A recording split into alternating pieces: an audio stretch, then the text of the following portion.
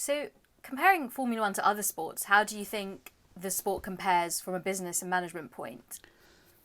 Yeah, it's a really good question. That made me think. And I guess for me, the biggest issue is the technology dimension, because I think the technology dimension is so critical in Formula One. You don't tend to see that. You see, in things like cycling, even things like tennis, where clearly the tools that you use are important. But in Formula One, it is such a central use of resource.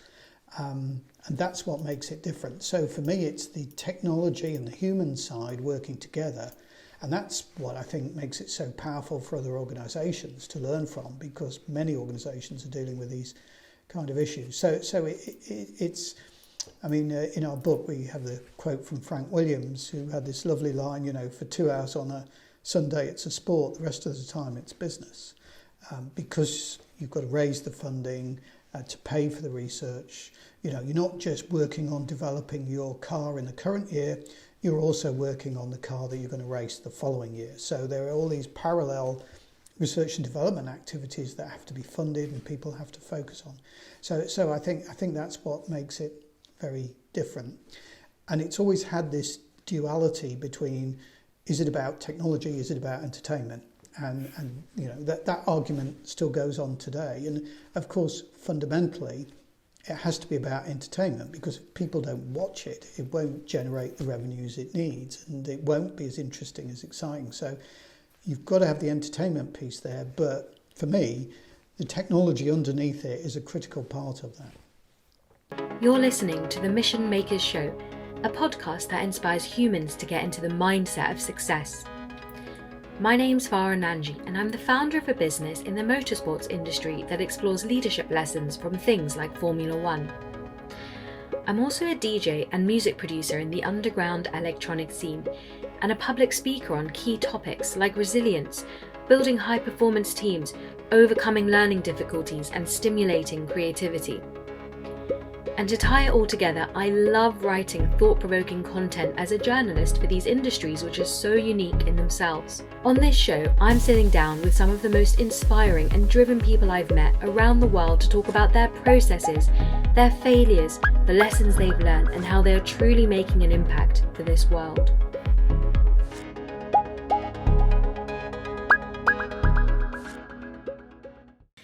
Hi guys, and welcome back to episode 6 of the Mission Makers podcast. Today we're joined by Professor Mark Jenkins from Cranfield University. Mark is a Formula One expert and is widely known as one of the first ever professors to explore the business lessons of Formula One. He's authored several books about the subject, and in this episode we cover many topics that businesses can learn from the high-performance world of Formula One, as well as the predictions for the 2021 season. Just before we begin, if you're interested in some really cool rewards like DJ lessons, signed books from our guests, and exclusive merchandise, head over to www.patreon.com/missionmakers to check out how you can access these exclusive rewards.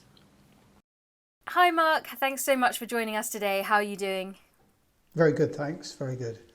Very good. So it's been really interesting reading some of your work. I know you've written some very interesting books around leadership through motorsport, which I find absolutely fascinating. And I think our audience is in for a real treat today to kind of hear from a leading expert, about some of these things. So before we delve into that aspect, you're widely known as one of the first professors that ever explored this topic of lessons from Formula One. So how did that actually come about? Was it always your dream, or did you have something else completely in mind for your career? Yeah, I think there's a joke, isn't there, which is, how do you make God laugh? Tell him your plans. And I certainly didn't have it on my objective to get involved in Formula One in an academic context. But what I did do was get involved with Cranfield School of Management and teaching on their MBA program. And around the mid to late 90s, we were struggling with an area of strategy to try and engage the students with it. It was rather dry theory. It was called the resource-based view of the firm. And it basically worked on the basis of saying firms need to understand their unique cultures, what makes them different. And we could go through the theory, but the students were saying, well, yeah, give us some examples. And it just occurred to them, in my teens I'd been interested in Formula One, that Formula One teams were a great situation where you had organisations doing a very, very specific task to achieve a very clear outcome. But these organisations, once you started looking at them, were totally different. The culture, even though they were in this very incestuous specialist area, they were very different. And so I wrote a series of case studies, teaching case studies, and I started to teach them on the MBA. And these case studies are now even still used today. There's a book called Exploring Strategy, which features them. So they're still going strong. But that started me off looking at Formula One teams. Because if you come back to the fundamentals of any organisation, you've got those three elements, and that is people, money and technology. And you've got to try and achieve a performance outcome from those three elements. And Formula One is just a great example of how do you try and do that in a way that outperforms the competition. So that took me into research into the industry. I was involved in the first study of the motorsport industry in the UK, in which we published in 2000.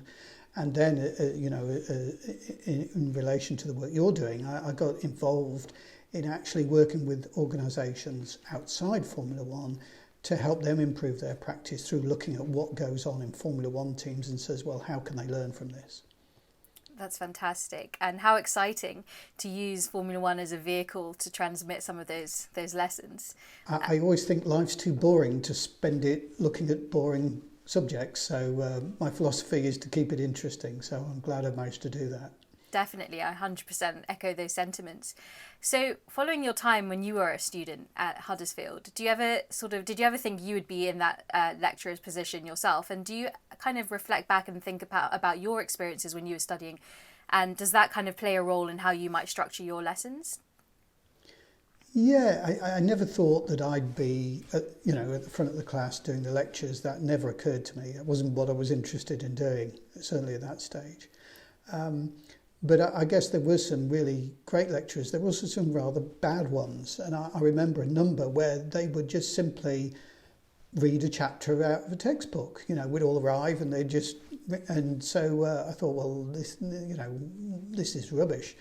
But then in other lectures, particularly case studies, where we really got into a topic, but where the lecturer really understood the topic, they were really involved, and there was a whole backstory and other stuff in there, and those were the things that I think that interest me, because it's how do you get people engaged in the subject, and therefore something like a case study. It's not perfect because you're still in a classroom situation, but it gets you further into the situation and it gets you talking about it. And when it's a real situation like Formula One, it's changing week by week. So it's not a case study I wrote in 1998, which is when I originally wrote the case studies. Now I updated it last year. It's constantly changing, and it's changing every week. So it's live, and that, I think, makes things more immediate, more interesting to people. 100%. That's one of the best ways to bring more reality into the classroom. And so at Cranfield, which is one of the best places in the world to study motorsport, how do they do things very differently? Yeah, I mean, I agree with your statement there. Thank you for saying it. Yeah, I think it is. I've been at Cranfield a fair while, and I'm in the management school, but I've always been sort of partly involved with the motorsport programs there, and it's been a privilege to be part of those. And I think for me, the thing that really set them apart was the strength of their advisory board. They've got around 20 people on the programme advisory board. The Motorsport's Advanced Engineering MSc started in 2000. And you've got people like Pat Simmons, Adrian Reynard. They've been around. They've taken on major roles in organisations, whether it's Adrian Reynard at BAR, Pat Simmons at Renault, and now he's technical director for Formula One. These are really practically orientated people, and they really engage with the students.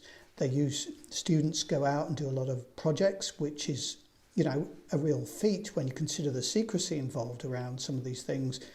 But it's because the whole programme is focused on practice. And I think one of the criticisms, of academia is it's become too separated often.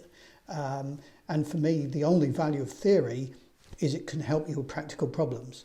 So you need to have both sides to really learn and really get the best out of things. Yeah. And I think that, to me, it's that engagement with practice, that engagement with practical solutions that's made the Cranfield programme so unique. And of course now we've got a lot of alumni, people who've been on the course who are now in quite senior roles in the Formula One teams. Definitely, and also I'm aware there's a lot of amazing research and development facilities as well on campus. Is that right? Yes, absolutely. Yeah, I mean we've now got one of the first digital control towers because we have an airfield as well. So it's quite nice. Motorsports people can fly in on their helicopters or aeroplanes. But yes, the digital technology that we're now using, simulation technology, all really critical. And we've got a lot of experts in that area. So comparing Formula One to other sports, how do you think the sport compares from a business and management point? Yeah, it's a really good question. That made me think. And I guess for me, the biggest issue is the technology dimension, because I think the technology dimension is so critical.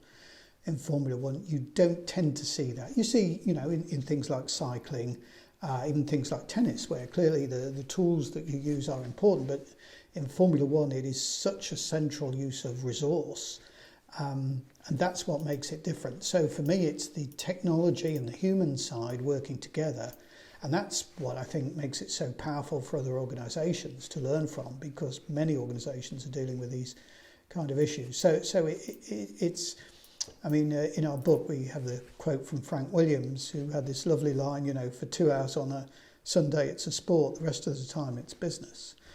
Because you've got to raise the funding to pay for the research. You're not just working on developing your car in the current year, you're also working on the car that you're going to race the following year. So there are all these parallel research and development activities that have to be funded and people have to focus on. So I think that's what makes it very different. And it's always had this duality between, is it about technology, is it about entertainment? And that argument still goes on today. And of course, fundamentally, it has to be about entertainment, because if people don't watch it, it won't generate the revenues it needs, and it won't be as interesting, as exciting. So you've got to have the entertainment piece there. But for me, the technology underneath it is a critical part of that. Yeah, definitely, isn't it? Like 10,000 parts in a F1 car, that certainly won't be the same, by the time next season comes around.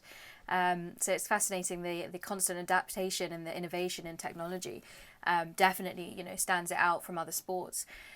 So talking a little bit about case studies, what's been one of the most fascinating ones that you've worked on where you've seen that, F1 has made a direct impact to an organisation's transformation? Yeah, I think, I was involved not long after these case studies in a major programme for a very large law firm. I can't say who they are, but they're still a big law firm.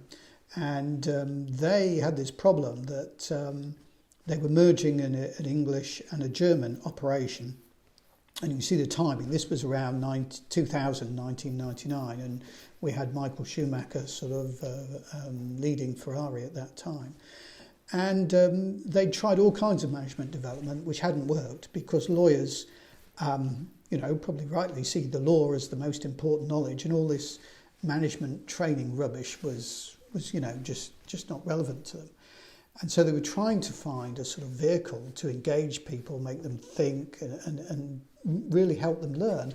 And they come up with the idea of Formula One, and I was drafted in to help. And the other two people that were drafted in, Ken Pasternak and Richard West, we went on to write the book together from that experience. But basically what we did was do a simulation which we ran at the Williams Formula One operation, where they had to put together a business case for setting up a Formula One team. They also had to work as a team. We had a Formula One car there. They would do pit stops against the clock, which is a fantastic way of getting people to either work as a team or work as individuals, and you can really see the difference in terms of the performance. And we ran it for several years, and many hundreds of their associates went through it, and it made a huge difference to their sort of mindset. So that's one example. I think the other examples when I've done similar kinds of events, particularly with top teams, is you just see the energy, the emotion that you don't always get with a lot of management development. They're really engaged. It really helps them take a step further in really thinking what they're trying to do and really getting themselves to work together as a team. So for me, it's that emotional engagement, that enthusiasm, that excitement. And I'm not just talking about the Formula One fans here. Certainly in my experience, people who perhaps think it's a bit boring and wouldn't want to watch it actually really do get engaged when they're really practically involved in doing an exercise like changing the wheels and tyres on a car. And it really does change the way they see it. So it's that sort of level of emotional engagement, I think, that's really important. Definitely, we love a good F1 pit stop challenge. And so in your opinion, studying these teams and these drivers for so many decades, what have you seen as the top 3 common traits that world champions demonstrate when they are the ones leading high-performing teams? You mean world champion drivers by that, presumably? World champion drivers, yes. Yes, yeah. I think it's a great question, and I think the key for me, and Michael Schumacher is an example of that in his time at Ferrari. Lewis Hamilton, I think, has been that as well at Mercedes, where they transcend just being the driver, the person who gets in the car, where they really energise and motivate and engage the whole organisation. So they're really like the emblem.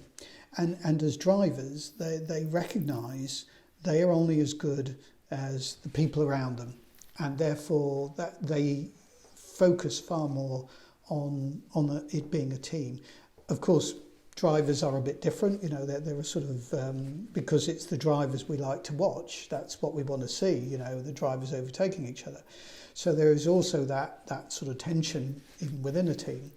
But it's that commitment and engagement, going that bit further, rather than just arriving, doing the race and then disappearing.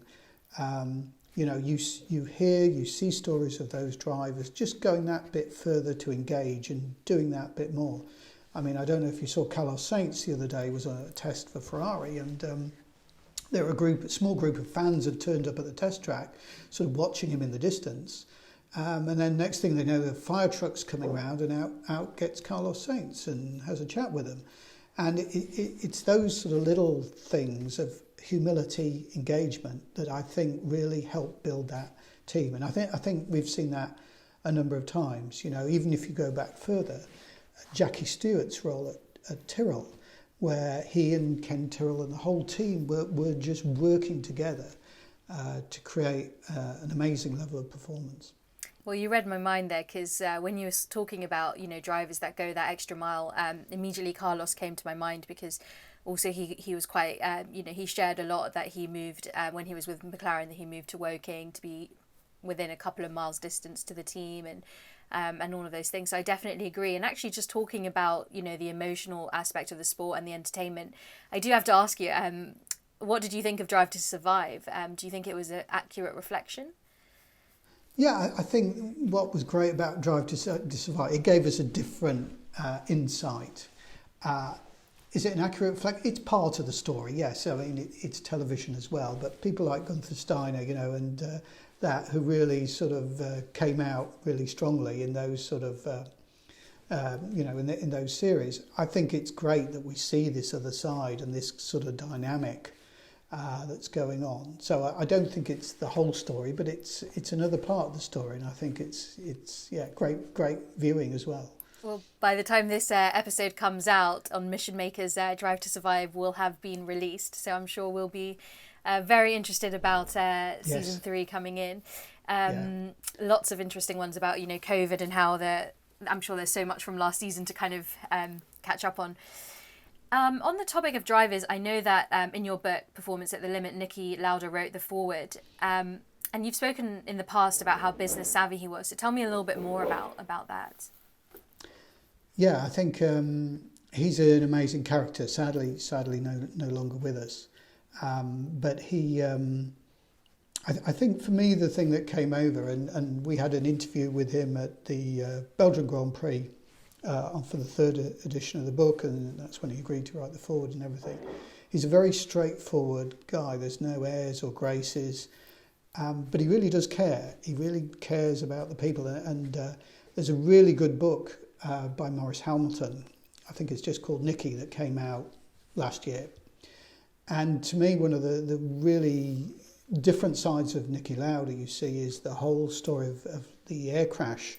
There was a tragic crash of a Lauda airplane, and there was a technical fault with the aircraft, but nobody realised that at the start, and it was his whole engagement and totally commitment in working with his employees, with Boeing, who were the aircraft manufacturer, with the relatives as well. And that's what comes over. He's someone who's very committed and caring. And I guess that's similar to the point I'm making about the driver. You get the sense this is someone who really cares about what they're doing. They're not grandstanding, they're not showing off. They're really passionate about it, and that is something I think that really comes over with him. And he's a great character as well, and he had to edit out all the four-letter words and so on. But I think it's that clarity of thought, that caring. Those to me were the things that really came over. Were there any aspects outside of motorsport that he was heavily involved with, as in a business context? Well, the Lauda Air, his airlines, and he'd go and fly. He was a fully qualified airline pilot, so he could fly these wide-body jets. And then he had Lauda Air, then he created another airline called Niki. He ended up selling them both to Austrian airlines. He said he couldn't come out with any more airlines after that because he didn't have any names left. That was his throwaway line on that. But yeah, I think it was his. Not only did he have one airline that was very successful, he then started up another. So it's this serial entrepreneur side to him, which I think is fascinating. In your performance pyramid, you discuss a lot about the ways to create winning cultures in organisation is having that emphasis on communication being face to face, and I definitely agree. It makes such a big difference. And if we could be doing this interview face to face, it would be much more engaging, I think, in a different way. But just talk to me a little bit about the principles of that pyramid, and how maybe have you thought about reevaluating it now in the context of this crisis, and sort of in this crisis, what would your message be to companies that might be paralysed by the current situation? Yeah, I think just a bit of a reflection. I guess the pyramid came to me really as we were working on the third, most recent edition of the book, and I'd been asked to give a presentation at Cranfield to a group of VIPs, and originally I think I had something like 45 minutes, something like that. So I'd got all these slides prepared and everything, and I was waiting in the big lecture theatre, and it was getting later and later, and in the end they were so delayed I had no time to give a presentation. They just said, what's the one thing, we've got 5 minutes, what's the one thing we need that Formula One teams are so good at that we need to know about? And it just sort of came to me. It said, learning. They learn at an incredible rate. They are constantly learning on every level in everything they do. But the learning doesn't work in isolation. So we sort of start with the learning, but there are two other things you need.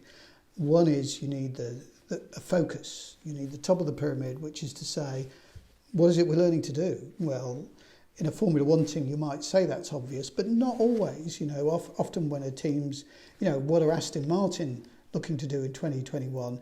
I doubt they're looking to win the World Championship, but I'm sure they have some clear goals and metrics that they're going to use to say, look, this is what we're going to achieve in this year, year 2, year 3.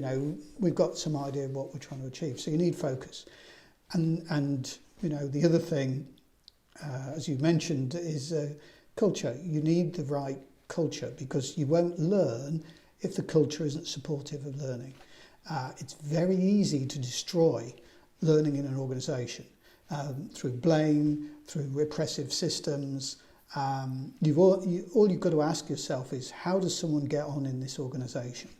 And in a Formula One team, the top teams, you get on by being open, honest, constantly improving and developing.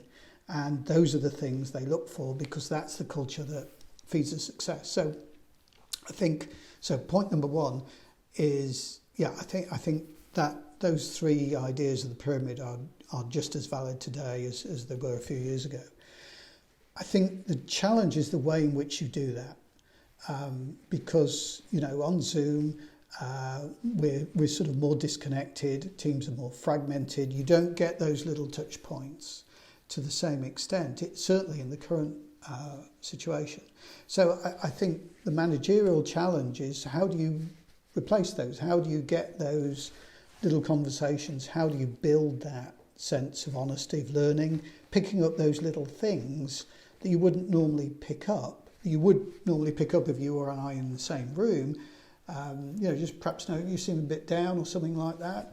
Well, it's far harder to gauge when someone's on a Zoom and they're sort of putting up their video thing and so on. So I think one of the challenges is finding ways to do that. And one of the biggest issues that certainly managers face, I think, is people are going to respond to that in different ways. You can't just say, right, we're all going to have, at 6 o'clock, we're all going to have a beer on Zoom.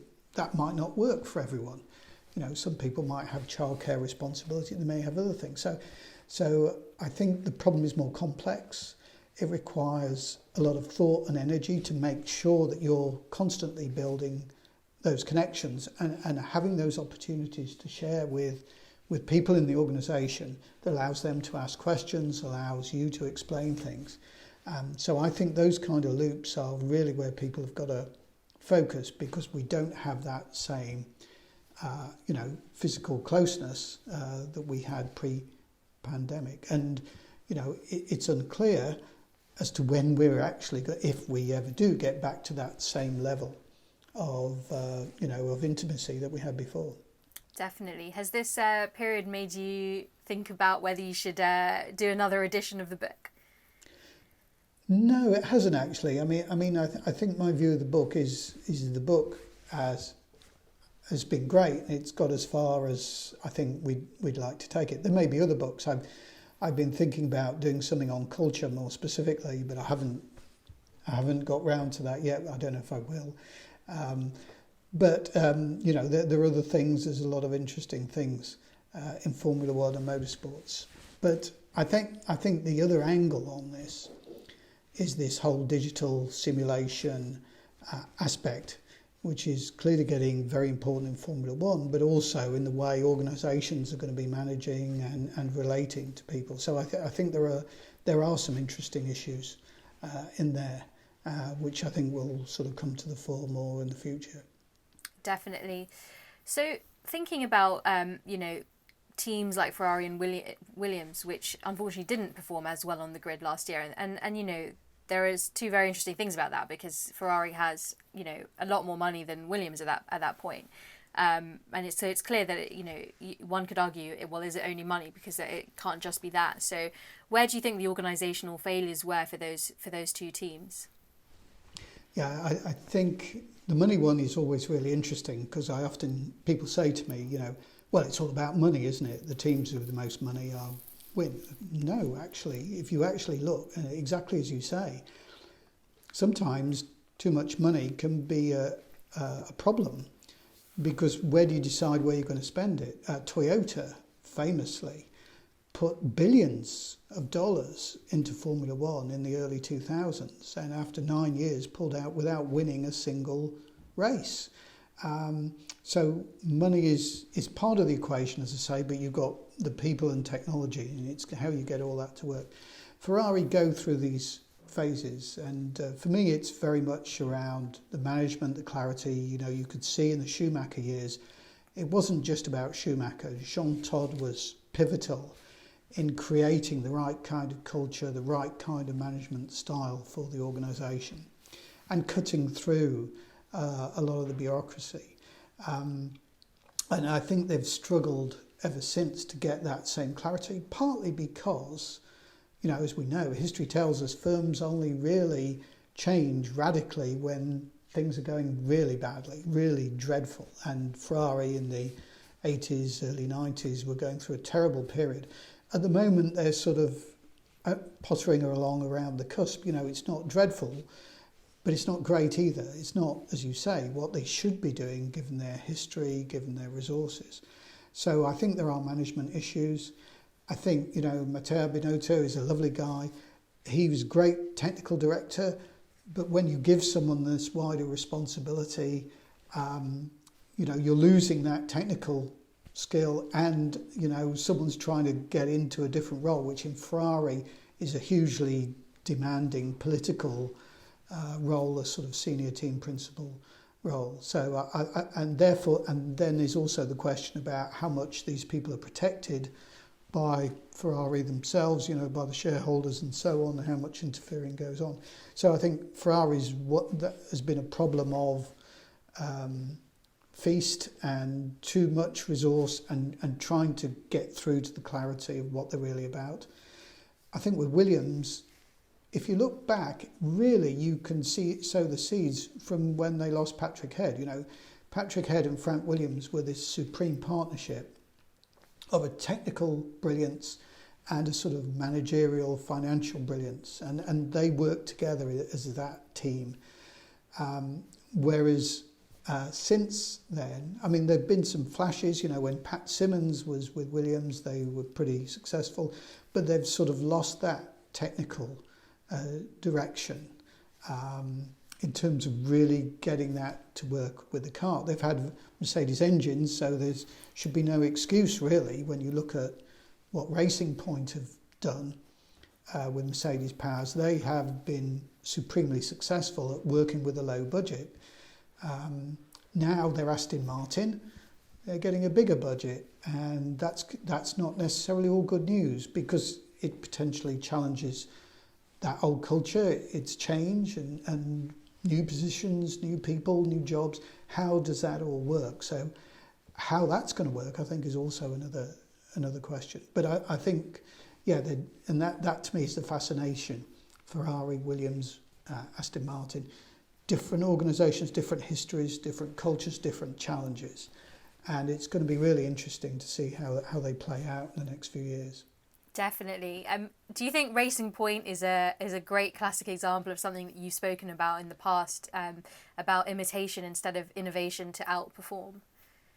Yeah, they were very good at what they did, and they were using. They've got a close partnership with Mercedes, so why spend time and effort on the things that you have access to versus focusing on those other areas where you may be able to make more of a difference. But Formula One has always been innovation and imitation.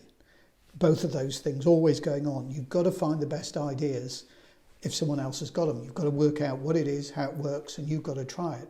Similarly, you've got to innovate. You've got to come up with those new ideas. So they're doing both of those things together. Every team is.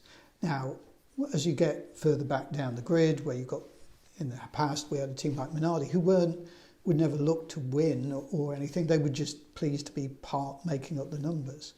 But now, as you look to some of the teams at the back of the grid, where you've got Alfa Romeo and other teams, they've got a lot of ambitions. So I think it's going to be interesting, and there's going to be a lot of pressure, particularly on the larger teams, because we now have this budget cap as well. So they're having to sort of reduce their resources, and at the same time, the smaller teams are still working within their existing resource frameworks. How do you think innovation will be impacted by that? Yeah, I think innovation always goes on. It always will go on, and innovation in everything, not just the car. Innovation in the way they look after the people, the way they develop people, all things. Formula One teams are constantly looking for those tenths of seconds, and they come up everywhere. So I don't think there will be less innovation. I think it will manifest itself in different ways. We won't see radically different cars because we can't, because that's but I think we're going to see creative ideas, creative ways that the Formula One teams always find to work around the existing regulations. So I'm sure it will continue, because it's fed by that desire to win. And to do that, you've got to constantly innovate. You've got to constantly learn. You can never stop. Hey you, we hope you're enjoying today's episode. We're on a serious mission here to create one of the world's best podcast series, and we'd be so grateful if you could support us in any way by becoming a patron of the show. There's a tier to suit every level, from early bird tiers where you get downloads to all my music with some super cool ninja stickers, to our VIP Mission Maker tiers where you get epic rewards like exclusive footage that never gets aired, the chance to submit questions to our guests with signed copies of books from them, DJ lessons, one-to-one coaching, and a whole load of super cool Ninja and Mission Maker merchandise. You can start supporting us for less than what it costs you to fill up your car for a month by simply heading over to www.patreon.com/Mission Makers.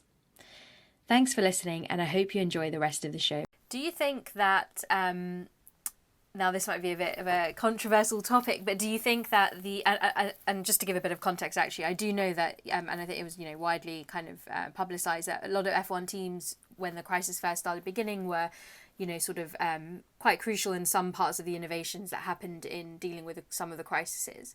But do you think that the government could have tapped in more into Formula One's brains? Because at the end of the day, they've got some of the brightest engineers and scientists and stuff in their team. So do you think they could have utilised their logistics and their technological expertise more? Yeah, I'm sure. There was Project Pit Lane, which is where a number of the teams, Mercedes, McLaren and others, Red Bull, were involved in ventilators production, developing those, and that again was led by Formula One. There are examples of that. I guess, yes. The problem is the government would need to understand, well, what is it we can use and how do we use it? And I think one of the interesting things about the budget cap, which is now everyone's got a budget cap of around $145 million, I think it is, a year operating.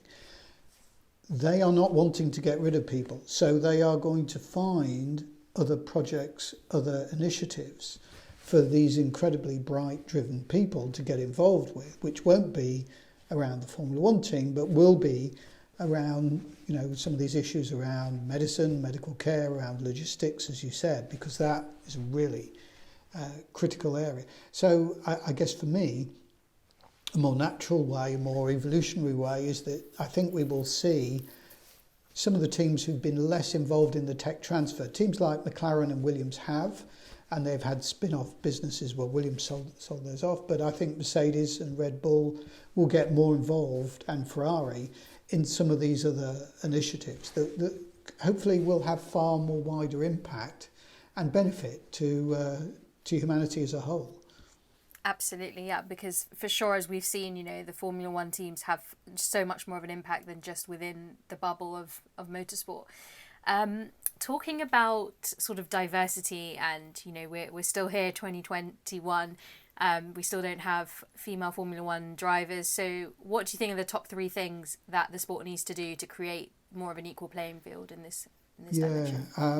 There's a lot of good work, and one of the professors, Helen Atkinson at Cranfield's involved in it, is how do we get more female students through into STEM, into those technology areas. We get a number on our programmes at Cranfield, but to be honest, not enough. We'd like more. So I think that's part of the problem. I think where you do have people coming through, they're often very successful and very influential, and there are a number of them who are involved in various aspects, particularly around the technology.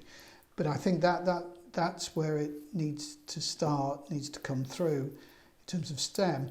We do have the W Series racing series, which this year is going to partner Formula One, so they're going to be taking part at the same venue when the Formula One races are happening. And I think that's another great initiative to show women sportsmen as drivers what they can achieve. And so I think on that side there are a number of ways in which it's going, but fundamentally, certainly on the technology sides in Formula One, we need more female students coming through at those earlier stages. It's interesting that one of the things I heard is that where they struggle to retain some of these women technologists is often they're more interested in going into startups and other interesting things rather than big money somewhere else. So they've also got to find those career pathways to keep them moving and to keep them interested. And maybe some of that could be some of these spin-out ideas, that we just talked about. That's really interesting. Well, we had Catherine on the show earlier this year, and one of the things we asked her in context of F1 of W Series partnering up with the F1 circuit was, would you ever consider W Series in a place like Saudi Arabia? What a great message! What a great way to send that message to the world. And she was very, very keen on the idea if and when it became available. Talking about sponsorship in motorsports, definitely an area that's been, changing so many times. It's faced many crises in the past, when tobacco got banned, for example. At the moment, what do you think the gaps in the markets is for a team and for brands as well? I think, as you say, the market's changed very much. We seem to, there was time you get a sort of headline sponsor, like whether it was Benetton, who may also own a team. Now it's a lot more fragmented. Part of the problem is the pay-per-view, the viewing, so the audience delivery is different. Where I think it has always been strong, and I was really pleased to see the relationship between Cognizant and Aston Martin, for example. So I think where you're in the digital IT space, I think we're seeing far more of these sort of reciprocal technology relationships, which might involve some funding, but might involve other kinds of initiatives, which is where it's been going, to be honest. So we've got these different kinds of partnerships, technology partnerships, perhaps brand partnerships. And I think that will continue, but it is, as you say, very tough. The days when you could get, I was watching a programme with a Clive James programme on the Adelaide Grand Prix 1996, and I think Richard West, who was then commercial director of Williams, was telling me it's $4 million just to get your name on the little wing mirror or something like that. And I think those days have gone, but I think again it's more sophisticated, it's more partnership based, and it's more finding where those different opportunities to create value are. So it is challenging. But, we're seeing some interesting partnerships, particularly in this sort of IT digital space. Yeah, definitely. The Cognizant Aston Martin one will be a fascinating one to watch.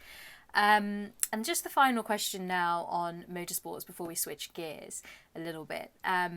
What do you see as the challenges and opportunities for the industry post-pandemic and post-Brexit? And do you think that the sport will be able to meet its goal of making itself carbon neutral by 2030?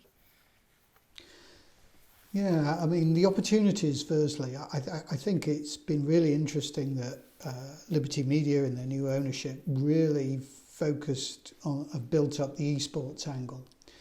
And to me, there's a really interesting issue here with all this work on simulation, esports. So the sort of blurring, if you like, between reality and digital world. Someone from McLaren said to me, people talk about a digital twin, i.e. you create the product and there's a digital version. And he said, well, actually, the digital is the master.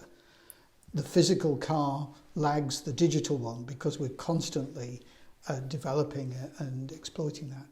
So I think as you get into this linking with esports, so you've got competing and you've got more opportunities for people to compete in their living room, as well as the actual racing. I think there are lots of interesting angles on there. I don't think it's quite worked out as to what it could be, but I think we could see this blurring between the physical racing and the simulation side. I think the other thing is the electric side is clearly very interesting. We've got Formula E, we now have the XE series, these sort of off-road series. And, you can see a situation where as we move to more electric technology, then Formula One may move that way because, of course, Liberty Media are both investing in Formula E and Formula One. So the role of electric technology, the role of hydrogen. We've got Red Bull working on a hydrogen Le Mans car. So I think there's lots of exciting new technologies. Linked to that, your point about carbon neutral. Yeah, I think definitely that is going to be really vital for Formula One. I think they know that. You know, they're looking at synthetic fuels, they're looking at other ways to carbon capture, to, you know, make the whole racing more environmentally effective. Because the problem is less the actual racing, it's more the moving all this stuff around the world where a lot of the carbon is emitted. And that comes back to my point about maybe there is going to be more use of simulation, more use of not needing to physically move all this huge infrastructure around the world. Maybe there's some other ways we can do that without having the same impact on the environment. Definitely. Do you think that teams would be still, in the long term, you know, kind of interested to keep their sort of HQs here in the UK, given the Brexit challenges, and then what you mentioned there about the reductions? Yeah, Brexit is no doubt going to be a bit of a problem, just logistically, you know, with how all this works. I'm hoping it will only be a short-term problem. For me, the issue with where your headquarters, the teams are located here, not because it's just convenient, but because they can access the technology and the supply chains as well, the very specialist supply chains, you know, whether it's fuel tanks or carbon composite manufacture that they need as well. So it's not just the teams, there's a whole network of organisations that support it. So if you transplant yourself and go somewhere else, then you need to make sure that you've got access to that know-how, that knowledge as well. So I'm mildly optimistic that, you know, Motorsport Valley, the expertise that's here will still be really important. We've got, for example, Williams battery technologies is a fundamental part of the new XE series. You know, there's a lot of work going on around more energy efficient technologies, because the thing motorsports is good at is fast development, prototype development, ideas, innovation. That's what it's great at. So long as it's able to keep that, feeding that, I'm optimistic in the medium term. But I think we're going to have some short-term bumps with the Brexit situation, but hopefully they won't last too long. Yeah, I hope the heart will always stay here in the UK. So moving on to the next part of this interview, where we'll talk a little bit more about you as a leader and your mindsets. What have been some of the biggest lessons that you've learned personally from performing at the limit, as you say, and including failure within that? Yeah, I think the thing I've tried to do personally, and it's something that, you know, if I ever teach a session, give a talk or do anything, do an interview like I'm doing with you now, I always try and make sure I got time to reflect and note down any learnings from that. So making sure that you give yourself a bit of time and space and capture, you know, because the Formula One ethos is, mistakes happen. We all make mistakes. The key is, have I learned from them, and what have I learned, and how do we move forward? So that to me has been one of the most important things, both individually and also in my practice as a manager in a university, to try and make sure that you sort of follow those principles of learning and creating the right environment for that to happen. 100%. So talking about those learning environments, what has been maybe some of the biggest challenges or the most challenging parts of teaching? Yeah, actually, for me, the challenging part is not teaching. I love being in the classroom. I love talking to students. It's more university bureaucracy. It's more the challenges, all the systems and structures that are put in place because you need some kind of compliant framework. And often that creates far more problems. So that always to me has been the more frustrating side. I've retired now full time, so I'm doing bits of teaching, the bits I like to do without having to get too involved in all the bureaucracy and administration. So that's good. But yeah, to me that was always the downside. Definitely, and sometimes in these kinds of situations or places, there's so much silos that it's so difficult to work around it, and it could take years for, you know, something simple to kind of move forward, which is quite frustrating. So, we know that obviously now the education industry is being disrupted like never before. So what are your thoughts on this as an educator, and what sort of changes would you like to see, which I think are much needed for the educational sector? Yeah, I think for me, and it's the point I made earlier about the Cranfield Motorsports course, it's about being close to practice, because if education's making a difference, certainly the kind of education I'm involved in, which is more, business and management, you want people to have really positive effects on organisations. You have to stay close to practice. You have to engage, you have to find ways to help people think about the challenges they're facing, to develop skills, approaches, mindsets, to help them deal with that. I mean, Cranfield's involved in developing a new university here in Milton Keynes University, which is, again, following that kind of ethos of being very close to practice, very close to thinking about what are those skills and capabilities that you should be leaving your university with your degree. What is it you can now do that you couldn't do before? So very much around practice and action, I think, it is the really critical area. Yeah, definitely. Well, I really hope that we're able to find that balance. What advice would you give to students during this difficult time? Yeah, it's difficult because everyone's facing huge challenges, and I guess what I'd say is, focus on the longer term, focus on what it is you really want to do, and make sure that you follow your passion. I mean, I've seen a few things recently who said, it isn't about passion, it's about what can you get a job doing. But to me, there's got to be some energy, and it's finding those things that you can apply and give you energy, and that's really important, because in a challenging situation like this, we all need to try and keep motivating ourselves. So therefore, it's important to think about passion. It's important to think about our infrastructure, our family support unit, our friends, and how we use those support units. Because again, I mean, one of the things certainly from being involved with MBA programs and so on, I know is we all like to think that it's what I say at the front of the class as a professor that everyone remembers. But no, it's their colleagues. It's the way they work together with their fellow students. Those are the things that often really stay with them. So think about your support networks and invest some time in those networks, because we all need to do that. We all need to recognise where we need help and where others need help. So those will be some reflections on that.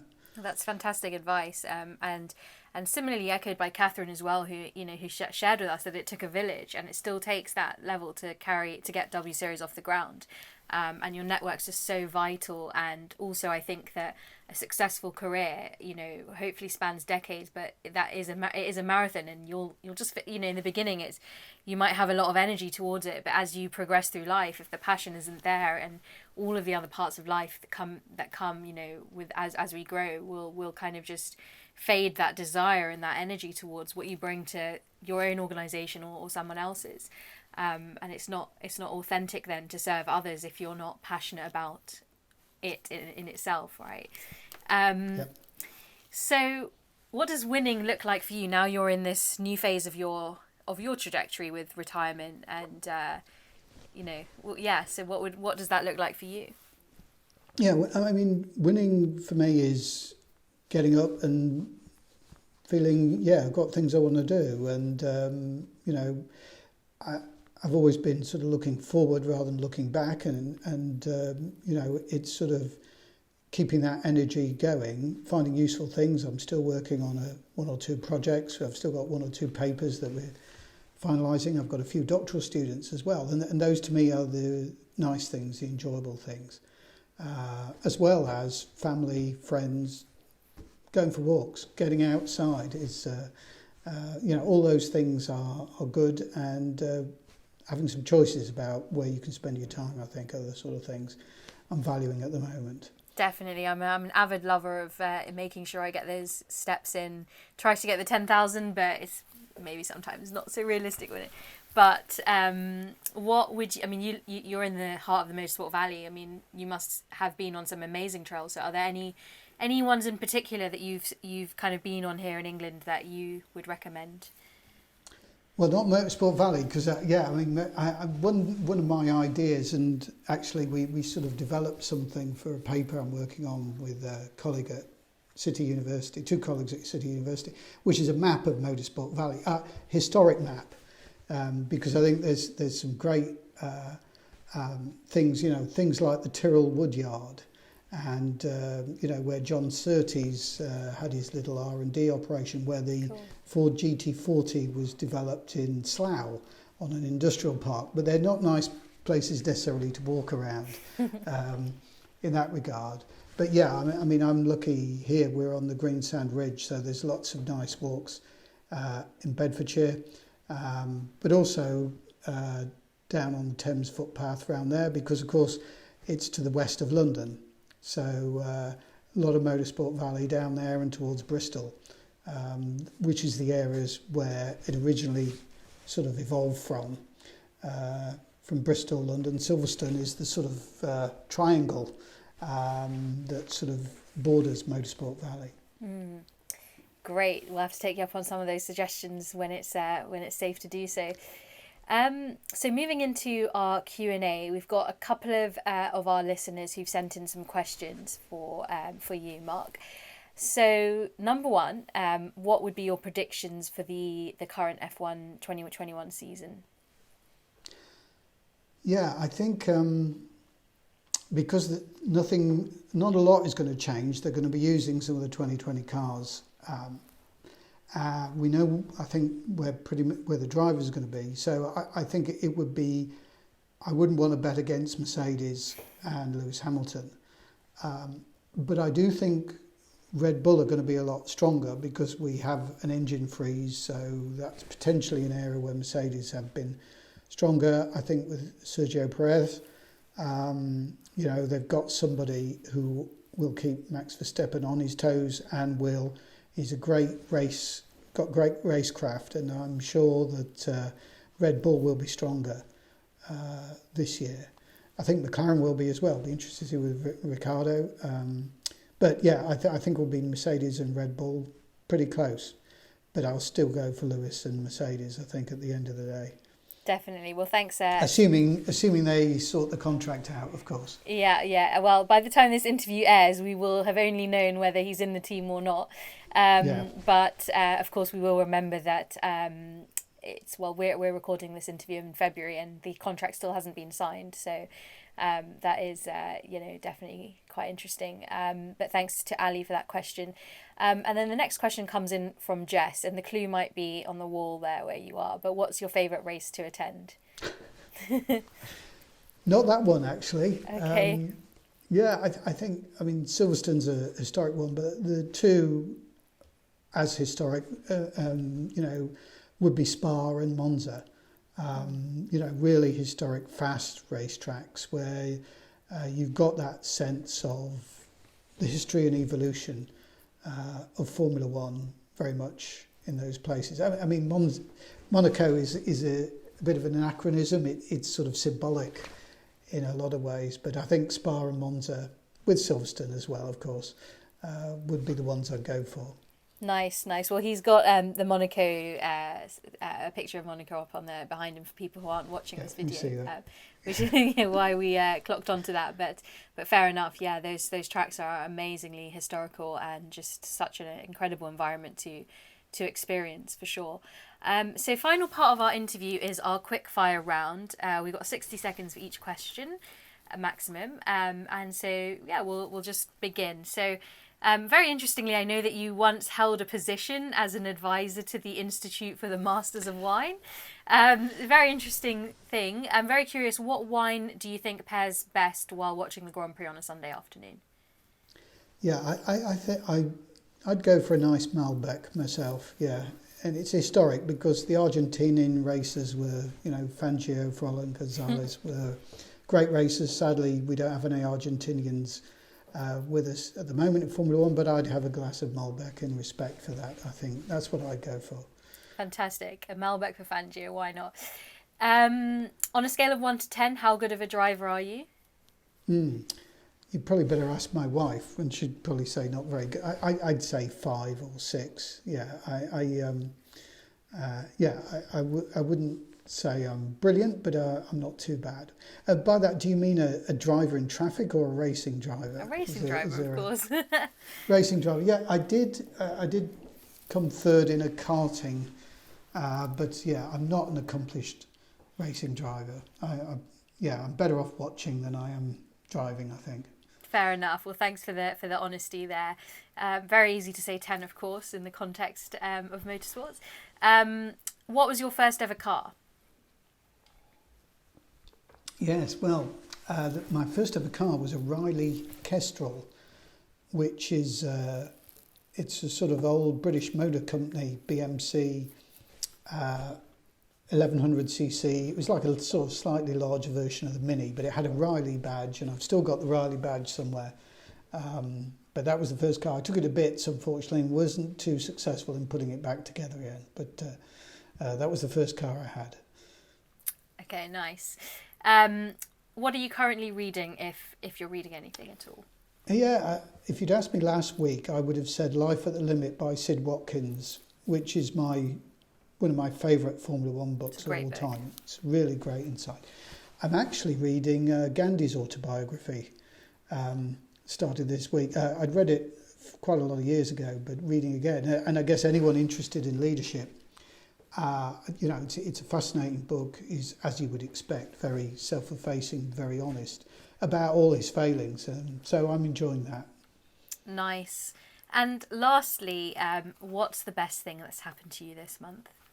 Although the month has just started, so we could make this in context of January. And well, yeah, the best thing that happened to me in January was I retired, so I can sort of pick and choose what I do. So that was definitely the best thing that happened to me.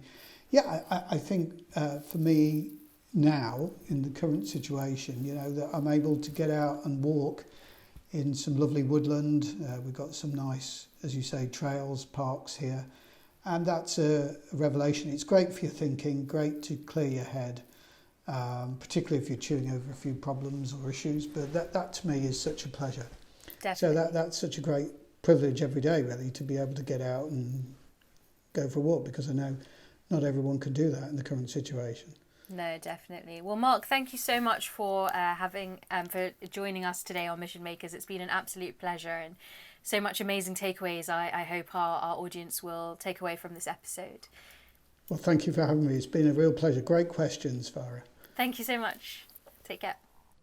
I've been studying Mark's books for a really long time, so it was an absolute honour to have him on the show, and I really hope you enjoyed his insights. We've got some amazing guests coming on the show this season, so be sure to share the show with your friends and subscribe to us on Apple, Spotify, YouTube, and wherever else you listen to your podcasts. Also, do feel free to reach out to me at Mission Makers or at dj.n1nja on Instagram. And thank you again for listening. If you are interested in supporting the show and getting some really cool rewards like DJ lessons and life coaching with me and my teams, don't forget to visit www.patreon.com/missionmakers.